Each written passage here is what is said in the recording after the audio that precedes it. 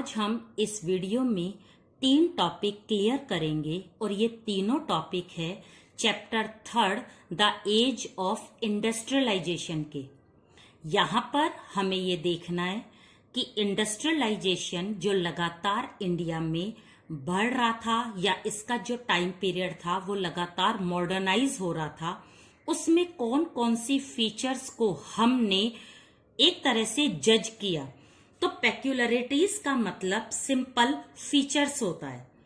हमने last video में देखा कि किस तरह से इंडिया में फैक्ट्रीज लगनी शुरू हुई, फर्स्ट फैक्ट्रीज कहां पर लगी, किसने लगाई, उनके पास पैसा कहां से आया और हमारी फैक्ट्री पर कौन सी एजेंसी ने कंट्रोल किया हुआ था। अब हमें यहाँ पर ये देखना है कि जब हमने इतनी बड़ी ट्रेवलिंग देखी है इंडस्ट्रियलाइजेशन की इंडिया में, तो यहाँ पर हमें ये चीज देखनी है कि उनकी फीचर्स क्या क्या थी, किस तरह से हमारे यहाँ पर इंडस्ट्रीज की ग्रोथ हुई, कब ज्यादा हुई, कब कम हुई, या ये ग्रोथ सिर्फ डिक्रीज ही हुई या सिर्फ इंक्रीज हुई या दोनों ही चीजें हमारी इंडस्ट्रीज में लगी। तो ये चीज हमें डिस्कस करने के लिए सबसे पहला पॉइंट लेना है पेक्यूलरिटीज का। ओके, तो हमारी इंडिया की इंडस्ट्रीज जो थी उनकी ग्रोथ किस तरह से हुई थी, उसमें फर्स्ट पेक्यूलरिटीज, फर्स्ट जो फीचर्स होगी वो होगी यहां पर European agencies. European agencies, European agencies को हमने ब्रीफली डिस्क्राइब करा था लास्ट वीडियो में। हमारी इंडस्ट्रीज की पहली फीचर्स ये रही है कि जब इंडिया में फैक्ट्री सेटअप हुई थी तो उस पर मेनली मोनोपोली किसकी थी, वो थी यूरोपियन एजेंसीज की। ये जो यूरोपियन एजेंसी थी ये कौन कौन सी थी, ये थी एक तो बर्ड हिगलर्स, एक एंड्रयू यूल और एक जॉर्डिन स्किनर। इस सबको हमने पहले ही क्लियर किया हुआ है। तो ये हमारी इंडस्ट्रीज की फर्स्ट फीचर है, जिससे ये प्रूव होता है कि यूरोपियन एजेंसीज के अंडर में हमारी फैक्ट्रीज की ग्रोथ क्या हुई थी, डिक्रीज हुई थी। ओके, सेकंड आता है मैनचेस्टर। मैनचेस्टर कोई पर्सन नहीं है, मैंने पहले भी कहा है। वो क्या है, वो एक प्लेस है। और ये प्लेस कहां पर है, ये प्लेस यूके में है, जो कि इंडस्ट्रियल एरिया है। यहां पर मोस्टली कॉटन इंडस्ट्रीज सेटअप है। तो लगातार जब इंडिया में मैनचेस्टर की गुड्स जो थे वो इंपोर्ट होने लगे, तो यहाँ के मार्केट जो है वो मैनचेस्टर की चीजों से ओवरलोड हो गए थे। तो यहाँ के वीवर्स ने अपने आप डिसाइड किया कि हम मैनचेस्टर से किसी तरह का कोई कंपटीशन नहीं करेंगे, क्योंकि उनके रेट बहुत चीप है और हमारी चीजों को हमारे इंडियंस परचेज नहीं करते हैं, इसलिए हम सिर्फ कॉटन का यार्न ही बनाएंगे। तो यहाँ के वीवर्स ने कपड़ा बनाना छोड़ दिया और उन्होंने सिर्फ धागा बनाया, और इस यार्न को वो कहां पर एक्सपोर्ट करते थे, चाइना में। उन्होंने, इसका मतलब है कि यहाँ पर हमारी इंडस्ट्रीज की ग्रोथ क्या हुई, डिक्रीज हुई, क्योंकि लगातार कहां का सामान आ रहा था, मैनचेस्टर का। वीवर्स डरे हुए थे क्योंकि मैनचेस्टर का सामान बहुत ज्यादा सस्ता होता था, चीप होता था, इसकी बराबरी वो नहीं कर पाते थे, इसलिए उन्होंने कॉम्पिटिट करना बंद कर दिया। अब नेक्स्ट जो इसकी पेक्यूलरिटीज यानी जो फीचर्स आई वो था स्वदेशी मूवमेंट। उसी समय आपने वैसे चैप्टर में पढ़ा है, नेशनलिज्म इन इंडिया में एक स्वदेशी मूवमेंट हुआ था 1920 में। किसकी लीडरशिप में हुआ था, महात्मा गांधी की लीडरशिप में हुआ था। स्वदेशी का मतलब होता है अपने ही देश का कपड़ा। तो इसका मतलब है इस मूवमेंट के थ्रू अपने देश के कपड़े को पहनने के लिए एनकरेज किया गया। इसके फायदा ये हुआ कि मैनचेस्टर के कपड़ों को लोगों ने अवॉइड कर दिया, उन्हें मतलब जला दिया और उन्हें डिनाई कर दिया। तो यहाँ पर हमारी इंडस्ट्रीज की ग्रोथ क्या हुई, इंक्रीज हुई। इस मूवमेंट के कारण हमारे जो वीवर्स थे वो लगातार जो धागा बना रहे थे, अब उन्होंने वापस से क्या बनाना शुरू कर दिया, फैब्रिक। अब वो धागे को एक्सपोर्ट नहीं करते थे चाइना में, और वैसे भी चाइना में अब धागे को कौन एक्सपोर्ट कर रहा था? जापान। तो इंडिया ने यार्न को एक्सपोर्ट करना बिल्कुल बंद कर दिया, और स्वदेशी मूवमेंट के कारण उन्होंने कपड़ा बनाना शुरू किया। तो हमने देखा यहां पर हमारी इंडस्ट्रीज की ग्रोथ क्या हुई? बढ़ी। अब हम नेक्स्ट आते हैं, वो है first world war. First world war जो हुआ था, ये हुआ था 1914 टू 1918, और उसके बाद स्वदेशी मूवमेंट हुआ। तो उससे पहले जब फर्स्ट वर्ल्ड वॉर हुआ, इसमें कौन कौन कंट्री इन्वॉल्व थे, ये क्यों हुआ, कैसे हुआ, ये चीज आपको ध्यान में नहीं रखनी है। आपको सिर्फ इतना देखना है कि फर्स्ट वर्ल्ड वॉर में यूके जो था वो इन्वॉल्व था। ओके, तो यूके जो इन्वॉल्व था इसमें, उसका फायदा ये हुआ कि यूके जो था वो फर्स्ट वर्ल्ड वॉर में बिल्कुल एंगेज हो गया, और उसका कंट्रोल हमारी इंडिया से हट गया। और इंडिया से जैसे ही हटा तो मैनचेस्टर की चीजें जो थी वो आनी बंद हो गई थी, और यहाँ के जो लोग थे उन्होंने अपना खुद का प्रोडक्शन बनाना स्टार्ट करा। और जब फर्स्ट वर्ल्ड वॉर खत्म हुआ तो स्वदेशी मूवमेंट स्टार्ट हो गया। तो हमारी इंडस्ट्रियल ग्रोथ जो थी वो फर्स्ट वर्ल्ड वॉर में इंक्रीज हुई, और स्वदेशी मूवमेंट तक आते आते उसकी ग्रोथ बहुत ज्यादा बढ़ गई। लेकिन फर्स्ट वर्ल्ड वॉर का फायदा हमें और भी हुआ। सेकंड फायदा ये हुआ, यूके को लगातार और चीजों की रिक्वायरमेंट हो रही थी, क्योंकि वो वॉर में इन्वॉल्व था। उसके सोल्जर वहां पर युद्ध को लड़ रहे थे, जिसको लड़ने के लिए उन्हें यूनिफॉर्म, टेंट, और जैसे सेडलर्स जो होते हैं, जो घोड़े के ऊपर बैठने के लिए जो सीट का यूज करते हैं, उसको बनाने का काम। तो ये सारी जो चीजें थी, कमोडिटीज थी, ये यूके को चाहिए थी। वहां की फैक्ट्री लगातार ये प्रोडक्शन कर रही थी, लेकिन फिर भी वॉर की रिक्वायरमेंट को फुलफिल नहीं कर पा रही थी। इसलिए यूके गवर्नमेंट ने ये डिसाइड किया कि बाकी की जो चीजें हैं, यानी लेदर की जो चीजें बनाई जाएगी, यानी जो गमबूट बनाए जाएंगे और टेंट बनाए जाएंगे, यूनिफॉर्म्स बनाई जाएगी सोल्जर की, वो अब कहां पर बनाई जाएगी? इंडिया में। तो इंडिया में रातों रात फैक्ट्री जो थी वो सेटअप हो गई। कॉटन की फैक्ट्रीज तो बेचारी सरवाइव हुई, लेकिन बाकी फैक्ट्रीज लगने लगी। तो लोगों ने टेक्निक सीखी, और इन सारी फैक्ट्रीज से फाइनली लोगों को क्या मिला? रोजगार मिला। वो सब एम्प्लॉयमेंट हो गए। अब वहां पर किसी तरह का कोई अनएम्प्लॉयमेंट नहीं रहा। तो फर्स्ट वर्ल्ड वॉर से हमें फायदा तो कॉटन इंडस्ट्री का तो हुआ ही हुआ, बल्कि और भी इंडस्ट्रीज हमारी इंडिया में खुल गई, जिससे कि लोगों को वहां पर क्या मिली? जॉब मिली। तो फर्स्ट वर्ल्ड वॉर से हमारी इंडस्ट्रीज की ग्रोथ क्या हुई? बढ़ी। अब हम लास्ट बात करेंगे इसकी पेक्युलरिटीज में, वो है रोल ऑफ मैनचेस्टर। हमने मैनचेस्टर की पहले भी बात करी थी, और अब हम फिर बात कर रहे हैं, लेकिन अब अलग तरीके से। मैनचेस्टर यहां पर तो उसने अपना पूरा क्या किया हुआ था? कंट्रोल किया हुआ था। लेकिन उसके बाद फर्स्ट वर्ल्ड वॉर हुआ तो मैनचेस्टर से चीजें आनी बंद हो गई, और उसके बाद स्वदेशी मूवमेंट हुआ तो भी उसकी कमोडिटीज आनी यहां पर कम हुई।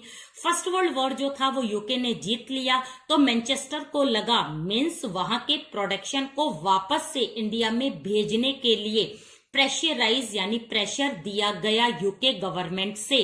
तो यहाँ के लोगों ने इसके प्रेशर को बिल्कुल डिक्लाइन कर दिया, इसकी चीजों को अडॉप्ट करने से मना कर दिया। वो अपने ही यहाँ की चीजों को पहनना पसंद करने लगे, और जो शॉपकीपर थे उन्होंने तो स्पेस ही नहीं दी मैनचेस्टर की चीजों को। तो वापस से मैनचेस्टर का जो वो स्टेटस था, उसके सामान की जो इंपॉर्टेंस थी, वो सब क्या हो गई थी? वो हो गई थी डिक्लाइन। तो कहने का मतलब है, अगर हम अपनी इंडस्ट्रीज की ग्रोथ को देखें तो शुरू में एजेंसी के थ्रू उनकी इंपॉर्टेंस बहुत कम थी, मैनचेस्टर के थ्रू भी उनकी इंपॉर्टेंस कम थी, किसकी? इंडस्ट्रीज की। लेकिन फर्स्ट वर्ल्ड वॉर, स्वदेशी मूवमेंट के बाद हमारी इंडस्ट्रियल ग्रोथ बढ़ने लगी, और हमने मैनचेस्टर को पूरी तरह से मना कर दिया, मीन्स डिनाई कर दिया। ये तो हुआ हमारा एक टॉपिक पेक्युलरिटीज का। अब हम देखते हैं कि जब हमारे यहाँ पर इंडस्ट्रीज बनने लगी या इंडस्ट्रीज सेटअप होने लगी, तो क्या काम जो था वो अब भी हैंडमेड होता था या सारा काम फैक्ट्रीज से होता था? ये चीज हमने यूके में भी डिस्कस की थी कि जब यूके में फैक्ट्रीज लगी थी तो काम कैसे होता था, क्या फैक्ट्रीज से सारा काम होता था, मशीन से होता था या हैंडमेड होता था? सेम हम यहां पर भी इस बात को डिस्कस करेंगे कि क्या इंडिया में भी इंडस्ट्रीज जो थी वो लगने के बाद लोग जो है वो ज्यादा काम किससे करते थे। तो इस बात को प्रूव करने के लिए हम कुछ पॉइंट को डिस्कस करेंगे। तो इसमें हम सबसे पहले करते हैं प्रोडक्शन को। अगर हम प्रोडक्शन की बात करें तो स्मॉल स्केल इंडस्ट्री से मतलब है जो छोटी छोटी वर्कशॉप होती है, घर पर जो प्रोडक्शन होता है उससे मतलब है यहाँ पर। तो छोटी छोटी जो वर्कशॉप थी, आज भी प्रोडक्शन जो था वो कंटिन्यूटी में उसी से होता था। मीन्स बड़ी इंडस्ट्रीज लगने के बाद भी ज्यादा से ज्यादा प्रोडक्शन कौन लोग कर रहे थे? घर पर बैठकर लोग कर रहे थे, छोटी छोटी वर्कशॉप से कर रहे थे, स्मॉल स्केल फैक्ट्री से कर रहे थे। उस समय इंडिया में केवल 2 ही स्टेट थे, बंगाल और बॉम्बे, जहां पर बड़ी फैक्ट्री लगी हुई थी। बाकी सारे स्टेट में छोटी छोटी फैक्ट्री या वर्कशॉप से काम हो रहा था। तो ऑब्वियस है प्रोडक्शन भी कौन करेगा? Small scale industries. नेक्स्ट आता है सेकंड अगर हम बात करें तो बात आती है लेबर की। अगर हम इंडस्ट्री लगाएंगे तो विदाउट लेबर काम नहीं हो सकता, लेकिन अगर लेबर का परसेंटेज नहीं बढ़ेगा तो इसका मतलब है कि फैक्ट्रीज की इंपॉर्टेंस नहीं बढ़ रही है। अगर लगातार लेबर जो है वो फैक्ट्री में काम करने को तैयार नहीं होगी तो वो काम तो कर ही रही है। अब वो काम कहाँ कर रही है? वो काम कर रही है घर पर रहकर। छोटी छोटी अपनी जो उन्होंने शॉप खोल रखी है, वर्कशॉप खोल रखी है, छोटी इंडस्ट्री खोल रखी है, वहां पर काम करने के लिए लेबर तैयार थे, लेकिन वो बड़ी बड़ी इंडस्ट्री में काम नहीं करते थे। तो इसका मतलब है लेबर की परसेंटेज से ये अपने आप ही प्रूव हो जाता है कि आज भी बड़ी इंडस्ट्रीज की इंपॉर्टेंस नहीं थी। इसके बाद तीसरी चीज आती है हैंडीक्राफ्ट प्रोडक्शन।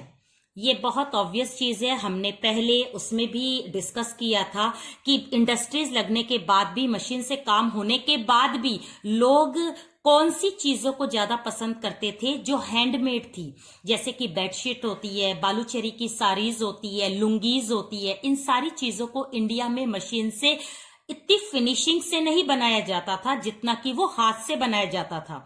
तो इस तरह की जो कमोडिटीज की रिक्वायरमेंट थी उसको देखते हुए हैंडीक्राफ्ट जो प्रोडक्शन था उसकी इंपॉर्टेंस कभी भी डिक्रीज नहीं हुई, चाहे बड़ी बड़ी फैक्ट्रीज लग गई। लेकिन अब भी लोग किन चीजों को पसंद करते थे? हैंडमेड चीजों को ही पसंद करते थे। हाथ से बने हुए कपड़े को पहनना, हाथ से बनी हुई चीजों को यूज करना, इन सारी चीजों से हमारे इंडियंस जो थे वो फेमिलियर थे। ओके, अब हम फोर्थ करते हैं। फोर्थ एक मशीन की बात है और जिसे हम बोलते हैं फ्लाई शटल। फ्लाई शटल एक ऐसी मशीन थी जो ज्यादा कॉस्टली नहीं थी, बिना पावर के चलती थी। घर पे बैठकर एक पर्सन आराम से वीविंग और स्पिनिंग बड़े आराम से कर लेता था। अब क्या हुआ कि लेबर जो थी, जो बड़ी फैक्ट्री में जाने के लिए बिल्कुल तैयार नहीं थी, उन्हें बहुत कम कीमत पर ये मशीन अवेलेबल हो गई। अब रही सही कसर, इस मशीन ने पूरी कर दी। अब सारी लेबर ने ये मशीन खरीद ली, घर पर बैठकर उन्होंने कॉटन वीविंग का काम शुरू कर दिया, फैब्रिक बनाना शुरू कर दिया। तो सारा काम कहां से चल रहा है? स्मॉल स्केल इंडस्ट्रीज से। तो बड़ी बड़ी इंडस्ट्रीज लगने के बाद भी स्मॉल स्केल इंडस्ट्रीज ही पूरे ट्रेड को क्या कर रही थी? डोमिनेट कर रही थी। इसके बाद हम करते हैं प्रोड्यूस्ड कॉर्सर का मतलब होता है मोटा कपड़ा और दूसरा होता है फाइनर।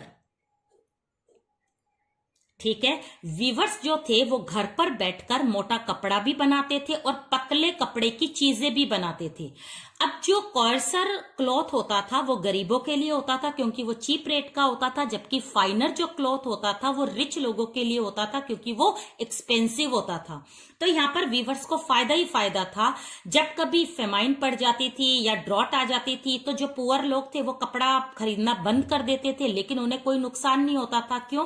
क्योंकि वो रिच लोगों को फाइनर फैब्रिक बेच ही रहे थे। उन्हें पता था कॉर्सर जो क्लॉथ है वो कौन खरीदेगा, गरीब लोग ही खरीदेंगे। लेकिन जो पुअर्स थे, अगर उनके ऊपर कोई भी ऐसा डिजास्टर आ गया तो वो कपड़ा खरीदना बंद कर देते थे। लेकिन यहाँ पर वीवर्स किससे अपना काम चलाते थे? फाइनर क्लॉथ से। तो इस तरह से हमने ये सारी चीजें देखी है। ये है हमारा second topic, small scale industries. इसका मतलब है बड़ी बड़ी इंडस्ट्रीज लगने के बाद भी जो बॉम्बे और बंगाल में लगी थी, काम किससे हो रहा था? स्मॉल स्केल इंडस्ट्रीज से हो रहा था, क्योंकि लगातार प्रोडक्शन कहां से आ रहा था? स्मॉल स्केल से। लेबर कहां काम कर रही थी? स्मॉल स्केल इंडस्ट्रीज में। लोगों को कौन सी चीजें पसंद थी? हैंडमेड। फ्लाई शटल ने तो उनका काम और ज्यादा इजी कर दिया। वीवर्स ने दोनों तरह के फैब्रिक बनाने शुरू कर दिए ताकि वो दोनों तरह के फैब्रिक को सेल कर सके और अर्निंग कर सके। लेकिन इसके बाद भी हमारे वीवर्स की कंडीशन इतनी ज्यादा अच्छी नहीं थी। पूरा दिन काम करने के बाद भी उन्हें अच्छी तरह से वेजेस नहीं मिलते थे। ये चीज आपको ध्यान में देनी है कि इतना सब कुछ होने के बाद भी बड़ी फैक्ट्री में काम नहीं कर रही है, घर पर काम कर रही है, सब काम कर रही है, सबके पास जॉब है, लेकिन उसके बाद भी उनका स्टेटस इंप्रूव नहीं था क्योंकि उनके वेजेस बहुत कम थे। वो बहुत ज्यादा हार्ड वर्किंग करते थे, पूरा दिन डिवोटेड थे वो अपने ही काम में, बट उनको बेनिफिट कुछ नहीं मिलता था। तो ये हुआ हमारा सेकंड टॉपिक। अब हम लास्ट टॉपिक देखते हैं, वो है मार्केट फॉर गुड्स। सबसे इजी टॉपिक इस चैप्टर में शायद यही होगा जिसमें हमने ये देखा है कि इतनी सारी चीजें जो हम यहाँ बात कर रहे हैं, उन सारी चीजों को सेल करने के लिए शॉपकीपर कौन कौन सी चीजों का यूज करती है, कौन कौन सी स्ट्रेटेजी अडॉप्ट करते हैं ताकि जो कंज्यूमर है वो किस तरह से अट्रैक्ट होकर उनकी चीजों को खरीद ले। अब आपने देखा इंडस्ट्रीज जो है वो हमारे इंडियंस भी लगाते थे, इंडस्ट्रीज ईस्ट इंडिया कंपनी भी लगाती थी। तो यहाँ पर जो इंडस्ट्रीज थी, इंडियन इंडस्ट्रीज अपनी चीजों को सेल करने के लिए कौन कौन सी स्ट्रेटेजी यूज कर रही है, ब्रिटिशर्स भी सेल करने के लिए कौन कौन सी स्ट्रेटेजीज को यूज करते हैं, ये चीज हम यहाँ पर क्या करते हैं, डिस्क्राइब करेंगे। तो सबसे पहली चीज जो बहुत ही कॉमन और बहुत ही इजी है, आज भी जो लोग हैं वो अपनी चीजों को बेचने के लिए, सेल करने के लिए जिसका यूज करते हैं वो है एडवर्टीजमेंट, विज्ञापन देना। जितने ज्यादा विज्ञापन किसी चीज के आएंगे वो उतनी ज्यादा चीज जो है वो पॉपुलर होगी, रिवोल्यूशन हो जाता है। बार बार विज्ञापन आते रहते हैं तो लोगों को ऐसे ही लर्न हो जाता है, वो चीज आ रही है, वो चीज आ रही है। तो इस तरह के एडवर्टीजमेंट जो थे वो उस समय न्यूज़पेपर में, आर्टिकल्स में, रेडियो में, होर्डिंग्स में, स्पीच में दिए जाते थे ताकि लोग उनकी चीजों को खरीदें। उसके बाद आता है लेबल्स। लेबल्स की यदि बात करें तो एक टैग की बात करेंगे। हर एक बंडल पर या हर चीज के ऊपर एक लेबल लगाया जाता था। इस लेबल पर लिखा होता था मेड इन मैनचेस्टर या मेड इन इंडिया। जिन लोगों को ये लगता था कि हमें तो अपने ही देश का कपड़ा खरीदना है तो वो लेबल देखकर ही वो चीज को परचेज करते थे, और जिन्हें ऐसा लगता था कि नहीं हम फॉरेन से चीज लेंगे, हम बाहर से चीज लेंगे, हम तो विदेशी चीजों को ही यूज करेंगे, तो वो लेबल्स में ये देख लेते थे कि इसमें लिखा हुआ है मेड इन मैनचेस्टर, तो इसका मतलब है ये चीज मैनचेस्टर में बनी है, तो हमें यही चीज लेनी है। तो यहाँ पर लेबल्स यानी टैग का यूज जो होता था वो लोगों को अट्रैक्ट करने के लिए किया जाता था। नेक्स्ट आता है गॉड एंड गॉडेजेस। ये बहुत ही इमोशनली एक तरह से वे था लोगों को अपनी तरफ अट्रैक्ट करने का। इंडियंस क्या करते थे, अपनी चीजों को सेल करने के लिए अपने प्रोडक्शन के ऊपर देवी देवताओं की पिक्चर को वहां पर सेट कर देते थे ताकि उन पिक्चर को देखकर लोग जो है वो सेंटी हो जाए और उन्हें लगे कि ये जो चीज है इन चीजों पर मेन ब्लेसिंग किसकी है? इन गॉड और गॉडेजेस की है। अगर हम ये चीज लेंगे तो हमें भी इन्हीं देवी देवताओं का आशीर्वाद मिलेगा। और वो उन चीजों को क्या कर लेते थे? परचेज कर लेते थे। तो ये भी तरीका उस समय होता था। अगर कोई भी चीज ऐसे थे, बच्चों के कपड़े होते थे, उसमें कृष्ण की तस्वीर को लगा देना, तो उससे क्या होता था? आपका बच्चा भी कृष्ण की तरह ही बनेगा ये कपड़े पहनकर। तो इस तरह से इमोशनली ब्लैकमेल उस समय के लोग कर रहे थे। नेक्स्ट आता है nawab and kings. Nawab and kings, जिस तरह से हमने बात करी गॉड और गॉडेजेस की, उसी तरह से मैं बात कर रही हूँ नवाब और किंग्स की। कभी कभी जो बहुत पॉपुलर नवाब और किंग होते थे, ऑनेस्ट होते थे, रिस्पेक्टेड होते थे, उनका फोटो भी अपने प्रोडक्शन पर लगा देते थे और बताते थे कि इनके कपड़ों को ये लोग भी यूज करते हैं, तो आप लोग भी यूज करो। तो इस तरह से लोग अट्रैक्ट होते थे और उन चीजों को खरीदने के लिए तैयार हो जाते थे। नेक्स्ट आता है कैलेंडर्स। ये बहुत ही चीप तरीका होता था अपनी चीजों को सेल करने का। कैलेंडर्स के ऊपर एडवर्टीजमेंट को वहां पर एक तरह से सेट किया जाता था। कैलेंडर्स को प्रिंट किया जाता था किस पे? उस प्रोडक्शन पर। अगर आप एक बंडल खरीद रहे हो, कोई भी कपड़ा खरीद रहे हो, तो आपको साथ में क्या मिलेगा? कैलेंडर मिलेगा। उस कैलेंडर में किसका एडवर्टीजमेंट होता था? उसी कपड़े का होता था। तो यहाँ पर कैलेंडर क्या होते थे? फ्री मिलते थे। किसके साथ मिलते थे? कपड़े के साथ मिलते थे। और कभी कभी कैलेंडर के ऊपर एडवर्टीजमेंट को भी सेटअप किया जाता था, ताकि आप कैलेंडर में जिस तरह से मंथ बाय मंथ उसको आप चेंज करोगे तो आपको हर पेज पर किसका एडवर्टीजमेंट मिलेगा? उस कपड़े का। तो ये भी एक बहुत ही अच्छा तरीका था। और लास्ट अगर हम बात करें तो वो है स्वदेशी। मैसेज ऑफ स्वदेशी। हर एक प्रोडक्शन पर उस समय के ट्रेडर्स लिखवा लेते थे। लिखा हुआ होता था कि जो सच्चा, सही, ट्रू, रिवोल्यूशनरीज है, क्रांतिकारी है, स्वदेशी है, वो ही इस कपड़े को खरीदेगा। जो लोग यहाँ के चीटर है, गद्दार है, वो लोग बाहर के कपड़े को खरीदेंगे। तो इस तरह से ये लोग स्वदेशी की एक टैग लगाकर उस चीजों को क्या करते थे? सेल करते थे। तो यहाँ पर ये वाला जो टॉपिक है, ये टॉपिक हमेशा आपका 5 या 6 मार्क्स में जरूर आता है। कभी कभी सिर्फ लेबल्स के बारे में वो पूछ लेते हैं, लेकिन उस समय क्वेश्चन या तो 3 मार्क्स का आएगा या 1 मार्क्स का आएगा। अगर वो पूरा पूछेंगे तो आएगा ये 5 मार्क्स का। ठीक है, तो यहाँ पर एक तो लेबल्स का वो जरूर पूछते हैं या फिर स्वदेशी का पूछते हैं। तो मैसेज ऑफ स्वदेशी का मतलब है अपने प्रोडक्शन में स्वदेशी को लिखवाना और ये बताना कि जो लोग इसको नहीं खरीद रहे हैं वो स्वदेशी नहीं है, वो इंडियंस नहीं है, वो इंडिया का भला नहीं चाहते, ऐसा वो बता रहे हैं। कैलेंडर्स को प्रिंट करके देना उस समय एक जरूरी होता था ताकि लोग उनके प्रोडक्शन को खरीदे। नवाब और किंग्स की फोटो लगाना, गॉड और गॉडेजेस की फोटो लगाना, अपने प्रोडक्शन का विज्ञापन देना, लेबल लगाना कि ये वाली चीज कहां पर मैन्युफैक्चर हुई है, कहां पर बनी है। तो इस वीडियो में हमने लास्ट 3 पॉइंट्स, लास्ट 3 टॉपिक्स इस चैप्टर के अच्छे से डिस्कस करे हैं, जिसमें हमने देखा है कि हमारी इंडस्ट्रीज की ग्रोथ कब हुई, कैसे हुई और कौन से इंसिडेंट में कम और ज्यादा हुई। एजेंसीज के थ्रू कम हुई, मैनचेस्टर के थ्रू भी कम हुई, लेकिन फर्स्ट वर्ल्ड वॉर और स्वदेशी मूवमेंट आने के बाद हमारी इंडस्ट्रियल ग्रोथ बढ़ी। और उसके बाद जब वापस मैनचेस्टर यहां आया तो हमने उसे स्पेस नहीं दी। नेक्स्ट टॉपिक में हमने देखा था कि स्मॉल स्केल इंडस्ट्रीज की इंपॉर्टेंस कम नहीं हुई थी, जबकि लगातार बड़ी बड़ी इंडस्ट्रीज सेटअप हो रही थी। और ये बड़ी इंडस्ट्री ओनली 2 स्टेट में सेटअप हो रही थी, बंगाल और बॉम्बे में। प्रोडक्शन छोटी इंडस्ट्री से ही आ रहा था। लेबर जो थी घर पर काम करके मतलब तैयार रहती थी, लेकिन बाहर जाना उन्हें पसंद या वो इंटरेस्टेड नहीं थी। हैंडीक्राफ्ट जो प्रोडक्शन था उनको लोग ज्यादा पसंद करते थे। फ्लाई शटल एक ऐसी मशीन थी जो बहुत चीप थी, लेकिन उसमें विविंग का काम बड़े अच्छे से होता था और वो विदाउट पावर चलती थी।